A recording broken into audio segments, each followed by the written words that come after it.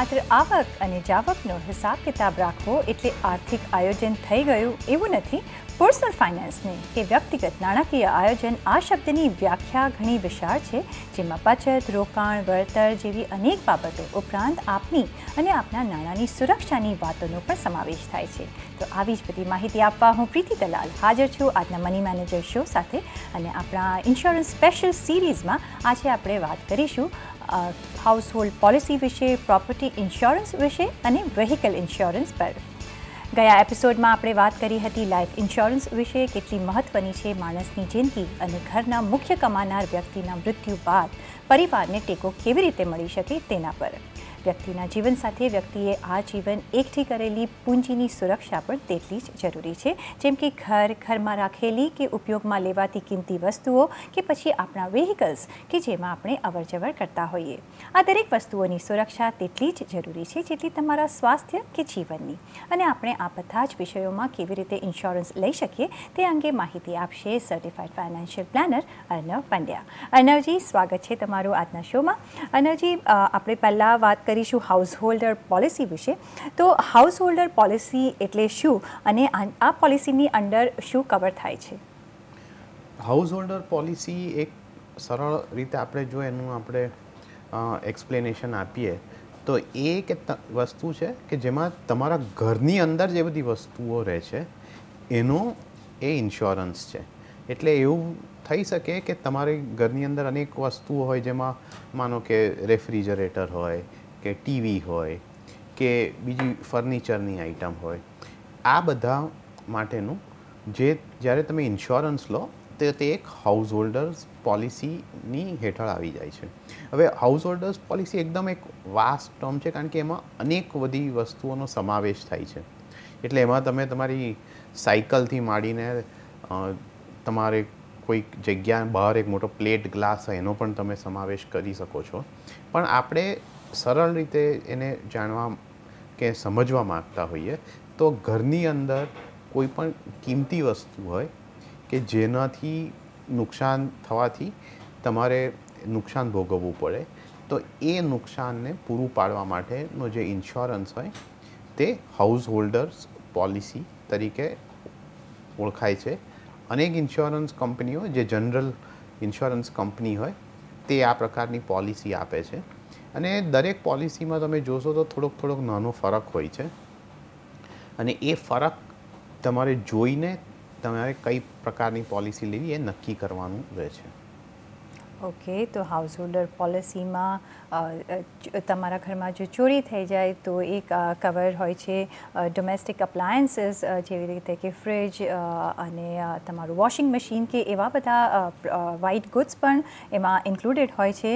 સાથે જ જો જ્વેલરી કે વેલ્યુએબલ્સ કોઈ તમારા ડેમેજ થાય એ પણ એમાં ઇન્ક્લુડેડ હોય છે. સાથે જ આ હાઉસહોલ્ડર પોલિસી તમને ઘણા બધા રિસ્કથી પણ બચાવે છે, જેવી રીતે કે ફાયર, અર્થક્વેક ને સુનામી પણ એમાં શું આવી જાય છે? અર્નવજી, જો જ્યારે આપણે હાઉસહોલ્ડર્સ પોલિસીની આખી વ્યાખ્યા જોઈએ ને એમાં શું શું કવર થાય છે તો એમાં બહુ ધ્યાનથી જોવાની રહે છે. કે પહેલી વસ્તુ એ કે કોઈ પણ પ્રકારની ફાયર થાય કે આગ લાગે કે જેનાથી નુકસાન થાય તો તે એમાં કવર થઈ જાય છે. બીજી વસ્તુ કે કોઈ ચોરી થાય જેને બર્ગલરી કે થેફ્ટ કહેવામાં આવે છે, એને પણ આમાં કવર કરવામાં આવે છે. આ ઉપરાંત જે નેચરલ ઇવેન્ટ્સ હોય, જેમ કે કોઈ વાર અર્થક્વેક થાય જેનાથી નુકસાન થાય, કે કોઈ વાર તમારે એક મોટો સ્ટોર્મ આવે કે આ રીતે સુનામી આવે, તો સુનામી, સ્ટોર્મ, અર્થક્વેક એ બધા જે નેચરલ અકરન્સીસ છે એ બધા આમાં કવર થઈ જાય છે. આ ઉપરાંત કોઈ રાયટ થાય અને એ રાયટથી જો તમારે નુકસાન થાય તો પણ હાઉસહોલ્ડર્સ પોલિસી કવર કરે છે. બીજી એક મહત્ત્વની વસ્તુ જેને લીધે હવે જોખમ વધી ગયું છે અને એ છે કે ટેરરિઝમ થ્રેટ. જો કોઈ ટેરરિસ્ટની એક્ટિવિટી થાય ને એનાથી જો તમારે નુકસાન થાય તો આ પ્રકારની પોલિસી ક્ષમતા રાખે છે કે એ કવર કરે. પણ આમાં તમારે ધ્યાન રાખવું જરૂરી છે. અમુક ઇન્સ્યોરન્સ કંપનીની જે આ પોલિસી હોય છે તે આ ઓટોમેટિકલી કવર કરી દે છે, એટલે એ રિસ્કમાં ઇન્ક્લુડ થઈ જાય છે. જ્યારે કે અમુક કંપનીઓ તમને આ પ્રકારનું જો કવર જોઈતું હોય ટેરરિઝમ માટે, તો એ તમારે એક જુદી રીતે સેપરેટલી લેવું પડે છે અને એને માટે તમારે ઇન્સ્યોરન્સ કંપનીને જણાવવું પડે છે. એટલે જો ટેરરિઝમનું કવર હોય તો એ માટે તમારે પોલિસીની જે કન્ડિશન હોય કે જેમાં શેનો સમાવેશ થાય છે, શેનો સમાવેશ નથી થતો, એ ધ્યાનમાં રાખવું બહુ જરૂરી છે. અને એટલા માટે કે તમે જોશો કે જે નોર્મલ વસ્તુ જેનાથી ઘરમાં નુકસાન થઈ શકે, આગ હોય, ચોરી હોય, એ બધાનો કવરેજ થઈ જાય છે. આ ઉપરાંત તમારે બીજી એ વસ્તુ પણ છે કે જે તમે મેન્શન કર્યું જ્વેલરી વિશે. જ્વેલરીથી નુકસાન થાય, એને નુકસાન થઈ શકે તો એ પણ આમાં કવર થઈ શકે છે. પણ આ બધી વસ્તુ કવરેજમાં આવે છે, પણ તમારે એક વસ્તુ ધ્યાનમાં રાખવી જોઈએ કે જ્યારે તમે પોલિસી લો ત્યારે એમાં તમારે દરેક આઇટમ જે તમારે કવર કરવાની હોય તે બધી તમારે મેન્શન કરવી જરૂરી છે, કારણ કે એના પરથી એનું કવર મળી શકે છે. એટલે એવું નથી હોતું કે તમે એકવાર કહી દો કે મારું ઘર કવર્ડ છે અને પછી એમ કહો કે મારું આમાં નુકસાન થયું તો એનું ઇન્સ્યોરન્સ કંપની એનું કવરેજ આપે. પણ તમારે સ્પષ્ટ રીતે બધી આઇટમ્સ જે હોય તે મેન્શન કરવી પડે છે પોલિસીમાં, જેને ઉપરાંત એના પર આખું કવરેજ આવી જાય છે. જી, તો અર્ણવજી, આવી પોલિસીમાં શું કવર નથી થતું? જ્યારે તમે આખી પોલિસીની વ્યાખ્યા જુઓ ને એના કન્ડિશન્સ જુઓ તો ત્યારે 2-3 મહત્ત્વની વસ્તુ આમાં કવર નથી થતી. પહેલી વસ્તુ એ કે જો કોઈ એક્ટ ઓફ વોર હોય કે જેમાં એકચ્યુઅલ વોરના લીધે આમાં નુકસાન થતું હોય, ત્યારે આમાં તમારે નુકસાન થાય તો એ કવર્ડ નહીં હોય. એટલે આ તમારે ધ્યાનમાં રાખવું બહુ જરૂરી છે કે જ્યારે નુકસાન થાય ત્યારે શેને લીધે થયું છે, શું એ કોઈ ટેરર એક્ટ હતો કે શું એ એક વોર હતી. એ વોરમાં જો આનો સમાવેશ થઈ જાય આખી એક ઇવેન્ટનો તો એનું કવરેજ નહીં મળે. બીજી વસ્તુ એ છે કે અમુક વસ્તુઓ આમાં કવર નહીં થાય, જેમ કે તમે માનો કે કેશ હોય તો એ કવર નહીં થાય, વર્ક્સ ઓફ આર્ટ હોય તો એ આમાં એનો સમાવેશ નહીં થાય, એન્ટિક્સ હોય એ બધાનો સમાવેશ નહીં થાય. એનો મિનિંગ એ નથી હોતો કે વર્ક્સ ઓફ આર્ટ કે એન્ટિક્સની કવરેજ તમને મળી ના શકે, પણ આ બધી વસ્તુ માટે એક જુદી પ્રકારની પોલિસી હોય છે. એટલે તમારે જો તમારા ઘરમાં આ પ્રકારના આર્ટવર્ક ને બધી વસ્તુઓ હોય તો તમારે એક આખી જુદી પોલિસી લેવાની રહે છે કે જેમાં એનો સ્પેસિફિક કવરેજ હોય ને એને માટે બધી સ્પેસિફિક જુદી કન્ડિશન હોય. પણ હાઉસ હોલ્ડર્સ પોલિસીમાં આ બધી વસ્તુઓનું કવરેજ નહીં આવે. એટલે એ વસ્તુ તમારે ધ્યાનમાં રાખવી જોઈએ કે આ બધી આઇટમ્સ કવર ના થઈ શકે. એ ઉપરાંત તમારે અમુક વાર ઇન્સ્યોરન્સ કંપની તમને કહે છે કે તમારે અનેક કન્ડિશન ફૂલફિલ કરવી પડે કે જેને પછી જ તમને આ પોલિસીમાં કવરેજ કે ક્લેમ એક્સેપ્ટ થશે.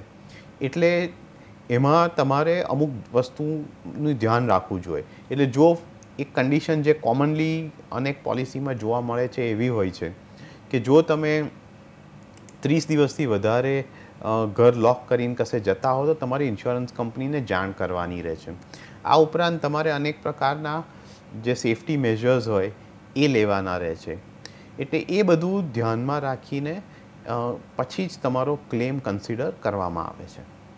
ઓકે, તો હાઉસ હોલ્ડર પોલિસી લેતા વખતે શું કવર થાય છે ને શું નથી કવર થતું એ તમારે ધ્યાનમાં રાખવું ઘણું જ જરૂરી છે.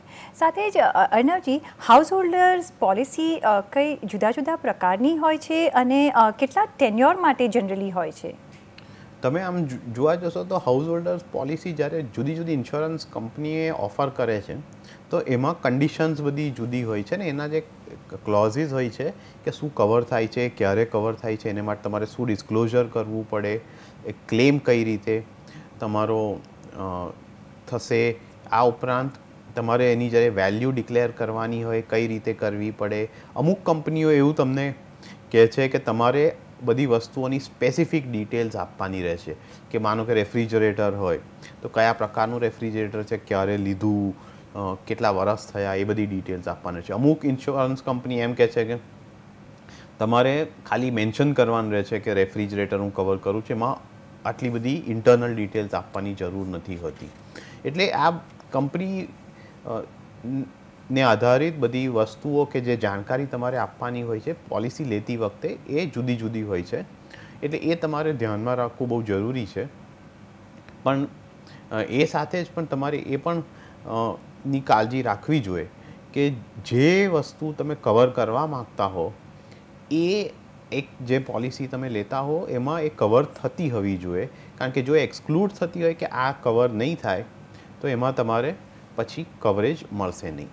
જી, એકદમ સાચી વાત કહી. જ્યારે તમે આ લેતા હોય ત્યારે બધા ક્લોઝસ વાંચી લેવા અને તમે જેના માટે ઇન્સ્યોરન્સ કરવા જઈ રહ્યા છો એ બધી ચીજો એમાં ઇન્ક્લુડેડ છે કે નહીં એ જરૂરથી જોઈ લેવું, કારણ કે પછીથી એ એડ નહીં થાય જો તમે પોલિસી લઈ લો છો તો. અનુજી, ક્લેમ સેટલ કરવાની આમાં કેવી રીતે પદ્ધતિ હોય છે, શું ફોર્મેલિટીઝ હોય છે અને જનરલી આમાં કઈ રીતે ક્લેમ સેટલ થતો હોય છે? ક્લેમ સેટલમેન્ટ વખતે જ્યારે નુકસાન થાય ત્યારે તમારે ઇન્સ્યોરન્સ કંપનીને જાણ કરવાનું રહે છે કે આ રીતે નુકસાન થયું છે. પછી એનું ઇવેલ્યુએશન થાય છે કે કેટલું નુકસાન થયું છે. પણ મહત્ત્વની વાત એ છે કે તમે જ્યારે પોલિસી લો ત્યારે છે ને એમાં 2 ટર્મ્સ આવશે કે જેના હિસાબે ક્લેમ સેટલ થશે. એના પર ધ્યાન રાખવું જરૂરી છે કારણ કે એનાથી પ્રીમિયમ પર પણ અસર પડે છે. એક ટર્મ છે માર્કેટ વેલ્યુ કે જેમાં જે માર્કેટમાં એ વસ્તુની વેલ્યુ હોય એમાં ડેપ્રિસિએશન બાદ કરીને ક્લેમ આપવામાં આવે છે. એટલે માનો કે તમારી પાસે માઇક્રોવેવ ઓવન હોય જેનું નુકસાન થઈ ગયું હોય તો એ નુકસાનમાં એ સેમ પ્રકારનું માઇક્રોવેવ ઓવન બજારમાં કેટલામાં મળે છે ને તમારું માઇક્રોવેવ ઓવનની ઉંમર કેટલી થઈ એનું ડેપ્રિસિએશન નાખીને તમને નેટ ફિગર ક્લેમમાં આપવામાં આવે છે. આની સામે બીજું એક ટર્મ છે જેને કહેવામાં આવે છે રીઇન્સ્ટેટમેન્ટ વેલ્યુ. એમાં આ પ્રકારનું ડેપ્રિસિએશન કવર કરવામાં નથી આવતું, પણ અત્યારની તારીખમાં એ સેમ આઇટમ જેનું નુકસાન થયું હોય એને રિપ્લેસ કરવામાં કેટલો ખર્ચો થાય એ જોઈને સીધો ક્લેમ કરવામાં આવે છે. એટલે તમે આના પરથી જ સમજી શકો છો કે બંને જે મેથડ્સ છે એમાં ઘણો મોટો ફરક છે અને આને લીધે જે પ્રકારની મેથડથી ક્લેમ સેટલ કરવામાં આવશે જે પોલિસીમાં મેન્શન કરવામાં આવ્યું છે એ પ્રમાણે પોલિસીનું પ્રીમિયમ પણ જુદું હશે. કારણ કે રીઇન્સ્ટેટમેન્ટ વેલ્યુમાં જો ક્લેમ સેટલમેન્ટ કરવામાં આવતું હોય તો પ્રીમિયમ પણ થોડું વધી જશે. ઓકે અર્ણવજી, તો આ તો વાત થઈ હાઉસ હોલ્ડર પોલિસી વિશે અને હવે આપણે નેક્સ્ટ પોલિસી વિશે ડિસ્કસ કરીશું અને એ છે પ્રોપર્ટી ઇન્સ્યોરન્સ. તો અર્ણવજી, પ્રોપર્ટી ઇન્સ્યોરન્સ કેટલું અલગ છે હાઉસ હોલ્ડર પોલિસીથી? પ્રોપર્ટી ઇન્સ્યોરન્સ છે ને જે આખું તમારું ઘરનું સ્ટ્રક્ચર છે એનું ઇન્સ્યોરન્સ છે, જ્યારે કે હાઉસ હોલ્ડર ઇન્સ્યોરન્સ ઘરની અંદર વસ્તુનું ઇન્સ્યોરન્સ છે. હવે આમ અનેક ઇન્સ્યોરન્સ કંપની આ બંને પ્રકારનું કવર જુદી જુદી રીતે વેચે છે, પણ અમુક કંપનીઓ આ બંને સાથે પણ વેચે છે. એટલે તમારે જો જોઈતું હોય અમુક કંપનીઓ પાસેથી તો સ્ટ્રક્ચરનું ઇન્સ્યોરન્સ અને એની અંદર વસ્તુનું બંનેનું ઇન્સ્યોરન્સ તમે સાથે લઈ શકો છો. પણ પ્રોપર્ટી ઇન્સ્યોરન્સને આપણે સમજવા માગતા હોઈએ તો એને સરળતાથી સમજવા માટે એટલું સમજવાનું કે તમારું જે સ્ટ્રક્ચર હોય એને નુકસાન થાય તો એ નુકસાનને ફરી તમારે બરાબર કરવા માટે જે ખર્ચો થાય એ માટેનું ઇન્સ્યોરન્સ છે પ્રોપર્ટી ઇન્સ્યોરન્સ. એટલે એક ઉદાહરણ તરીકે જો તમારે કોઈ અર્થક્વેક થયો હોય અને એમાં આખું સ્ટ્રક્ચરને ડેમેજ થયું હોય તો એને માટે તમારે અનેક રિપેર્સ કરવા પડે અને રિકન્સ્ટ્રક્શન કરવું પડે. તો એ પ્રકારનું રિકન્સ્ટ્રક્શન માટે જે ખર્ચો આપવામાં આવે તે આ પ્રકારના પ્રોપર્ટી ઇન્સ્યોરન્સમાં કવર કરવામાં આવે છે. ઓકે. અને અર્ણવજી, જનરલી કોઈ વખત એવું જોવા મળે છે કે જેની પાસે બંગલોઝ હોય છે એ તો બરાબર એમના ઘરનું કરાવે જ, પણ જે અપાર્ટમેન્ટ્સમાં રહેતા હોય છે કે ફ્લેટ સિસ્ટમમાં રહેતા હોય છે અને જેને કોઓપરેટિવ સોસાયટી હોય છે તો એ શું કોઓપરેટિવ સોસાયટી કાર્ડ એ ઇન્સ્યોરન્સ કરાવે છે અને કે આપણો ઇન્ડિવિજ્યુઅલી કરાવવો જોઈએ કે આપણે બેવ કરી શકીએ છીએ? તમારે એક વસ્તુ ધ્યાન રાખવી જોઈએ કે અમુક વાર આખી જે વાત છે એમાં કન્ફ્યુઝન અને માટે જ થાય છે, કારણ કે ઇન્ડિવિજ્યુઅલ ફ્લેટ ઓનર હોય એમ માનતો હોય કે મારે કરાવવાની જરૂર નથી, કારણ કે કોઓપ સોસાયટી કરાવી રહી છે, જ્યારે સોસાયટી એકચ્યુઅલી કરાવતી ના હોય. એટલે તમારે પહેલી વસ્તુ તો એ જોવી જરૂરી છે કે કશેક તો તમારું આ પ્રકારનું ઇન્સ્યોરન્સ થાય છે. એટલે જો તમારી સોસાયટી આ પ્રકારનું ઇન્સ્યોરન્સ સ્ટ્રક્ચરનું ઇન્સ્યોરન્સ કરાવતી હોય તો પછી તમારે એને કરાવવાની જરૂર નથી, કારણ કે એક રીતે એ કવર થઈ ગયું છે. પણ તમારે એ વસ્તુ પણ જોવી જરૂરી છે કે સોસાયટીની જે પોલિસી છે એમાં કેટલા સુધીનું કવરેજ છે અને કેટલી રકમ મળશે. કારણ કે પ્રીમિયમ જે આવશે એ યુઝ્યુઅલી તમારા મેન્ટેનન્સમાં આવતું જ હોય છે જો સોસાયટી કરાવતી હોય તો. પણ સોસાયટી ના કરાવતી હોય તો પછી તમારે આ કરવું જરૂરી છે, કારણ કે એ ના કરાવો તો આખું સ્ટ્રક્ચરનું જે ઇન્સ્યોરન્સ હોય છે, અને આ સ્ટ્રક્ચર એક કી પાર્ટ છે, કારણ કે તમારી એક બહુ મોટી એસેટ છે, તો એનું ઇન્સ્યોરન્સ રહી જાય છે. આ એક ફરક હું તમને, જે લોકોમાં કન્ફ્યુઝન કેમ થાય છે પ્રોપર્ટી ઇન્સ્યોરન્સ માટે, એટલા માટે થાય છે કારણ કે પ્રોપર્ટીની જે વેલ્યુ છે એ જુદી છે અને ઇન્સ્યોરન્સની જે વેલ્યુ આવશે એ જુદી હશે. કેમ? કારણ કે જ્યારે પણ પ્રોપર્ટીની વેલ્યુ ગણવામાં આવે તેમાં લેન્ડની વેલ્યુ અને એના પર કન્સ્ટ્રક્શનની વેલ્યુ થાય છે. જ્યારે કે પ્રોપર્ટી ઇન્સ્યોરન્સમાં માત્ર એટલું કવર કરવામાં આવે છે કે તમારે આનું જે સ્ટ્રક્ચર જે અત્યારેમાં નુકસાન થયું છે એને રીકન્સ્ટ્રક્ટ કરવું હોય તો કેટલો ખર્ચો થશે. એટલે આનો મિનિંગ એ કે પ્રોપર્ટીની સાઇઝ પ્લસ કયા લોકેશનમાં છે અને એ લોકેશનમાં કયા પ્રકારનું કન્સ્ટ્રક્શન કોસ્ટ આવે છે, એના પરથી તમારી પોલિસીની જે રકમ છે કે જે કવર છે તે નક્કી કરવામાં આવે છે. એટલે આ એક ડિફરન્સ સમજવો બહુ જરૂરી છે, કારણ કે લોકો એમ જ માને છે કે કારણ કે મારી પ્રોપર્ટીની વેલ્યુ બહુ મોટી છે મારે ઇન્સ્યોરન્સ કવર પણ ઘણું મોટું કરવું પડશે, પણ અમુક વાર એવું હોતું નથી. ઓકે, તો આ ડિફરન્શિએટ સમજવો ઘણો જ જરૂરી છે પ્રોપર્ટી ઇન્સ્યોરન્સ લેતી વખતે. અને પ્રોપર્ટી ઇન્સ્યોરન્સ જો સોસાયટી ના લેતી હોય તો તમારે કઢાવવું ઘણું જ જરૂરી છે, કારણ કે એ તમારું ઘર છે. સાથે જ અર્ણવજી, આવી પોલિસી કેટલા ટેન્યોર માટે અવેલેબલ હોય છે? જો નોર્મલી તમે જોતા હો તો જે જનરલ ઇન્સ્યોરન્સની પોલિસી છે, જેમ કે હેલ્થ હોય, મોટર હોય, એ શોર્ટ ટેન્યોરની પોલિસી હોય છે. પણ પ્રોપર્ટી ઇન્સ્યોરન્સમાં સારી વાત એ છે કે તમે લોંગર ટેન્યોર માટે પણ પોલિસી લઈ શકો છો. એટલે 5 વર્ષની પોલિસી કે 10 વર્ષની પોલિસી સુધી તમે લઈ શકો છો, જેનો મિનિંગ એ થાય છે કે એકવાર તમે આ પ્રકારનું પ્રોપર્ટી ઇન્સ્યોરન્સ કરાવી લીધું હોય, માનો કે 10 વર્ષ માટે કરાવી લીધું હોય, તો તમારે 10 વર્ષ સુધી એની કોઈ ચિંતા કરવાની જરૂર હોતી નથી અને રેગ્યુલરલી રિન્યૂ કરવાની પણ ચિંતા રહેતી નથી.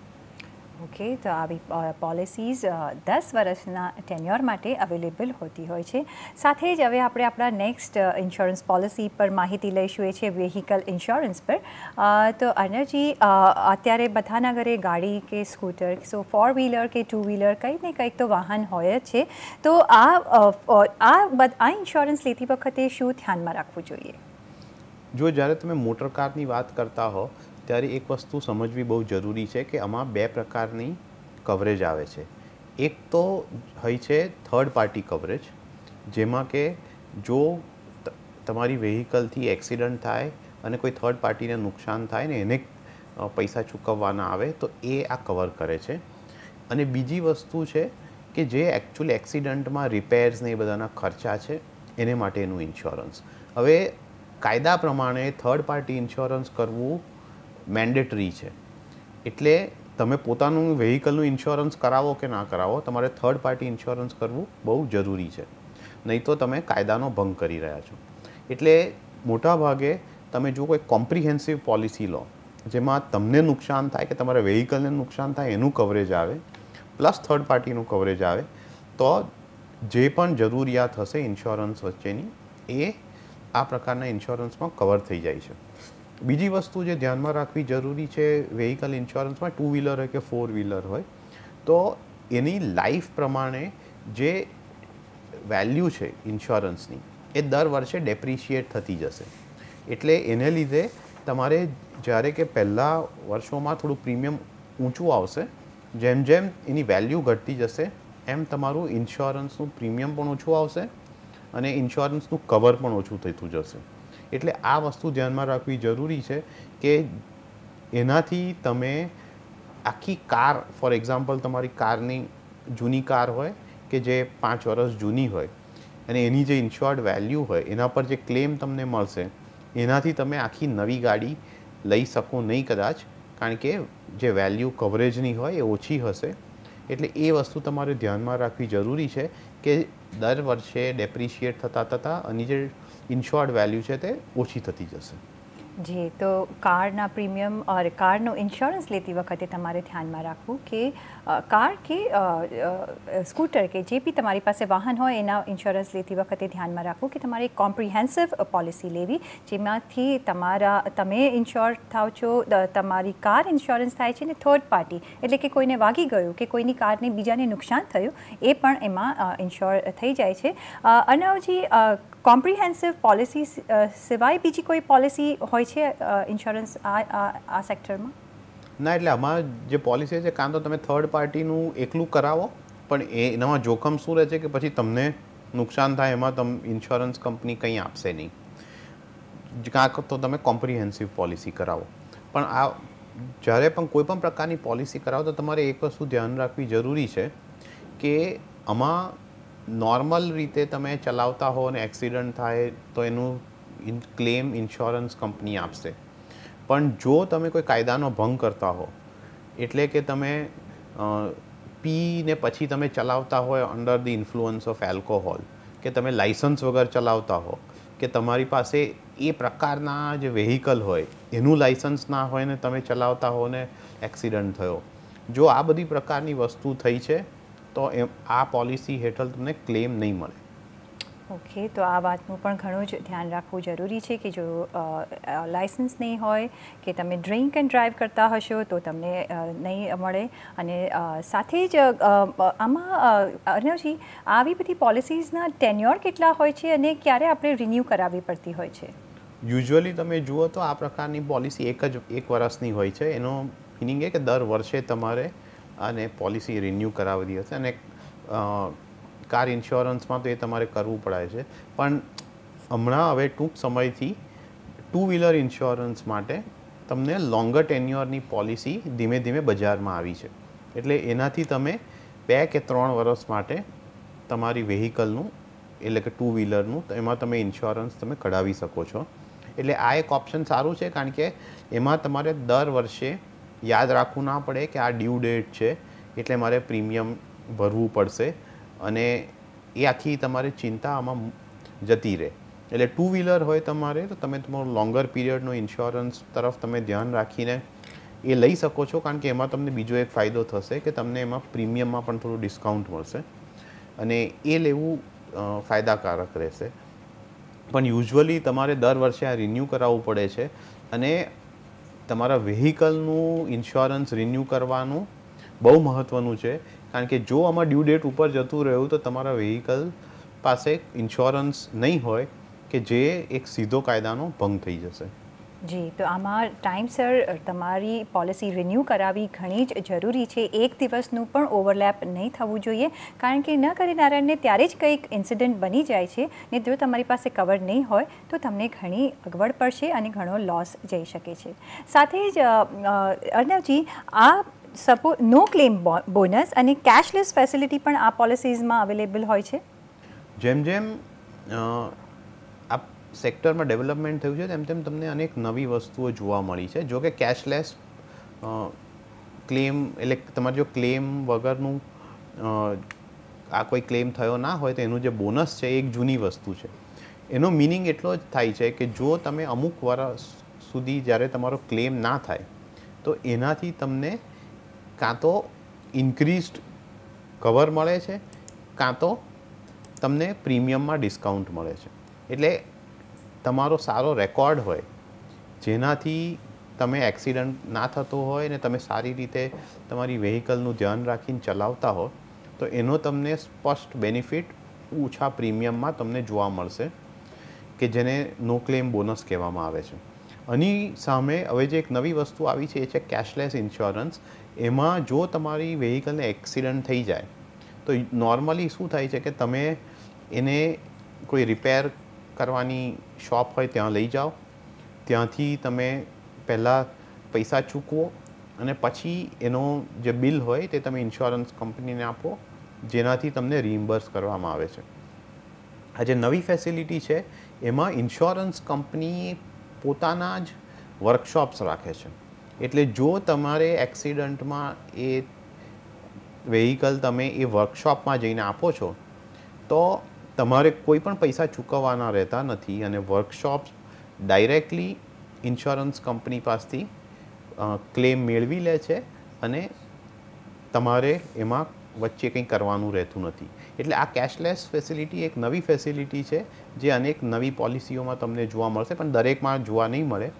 એટલે એ પણ તમારે ધ્યાન રાખવું જરૂરી છે કે જ્યારે તમે કોઈ ઇન્સ્યોરન્સ કંપની સિલેક્ટ કરતા હો ત્યારે એ પોલિસીની કઈ કઈ ફીચર્સ છે, કયા એડિશનલ બેનિફિટ્સ છે, કઈ રીતે નો ક્લેમ બોનસ કામ કરશે, આ બધું જોઈને જ્યારે તમે નક્કી કરો છો ત્યારે તમને બહુ સ્પષ્ટ રીતે ખબર પડે છે કે તમારી બેનિફિટ્સ જે તમને આવશે એ કઈ હશે અને તમે કઈ રીતે એનો લાભ લઈ શકશો.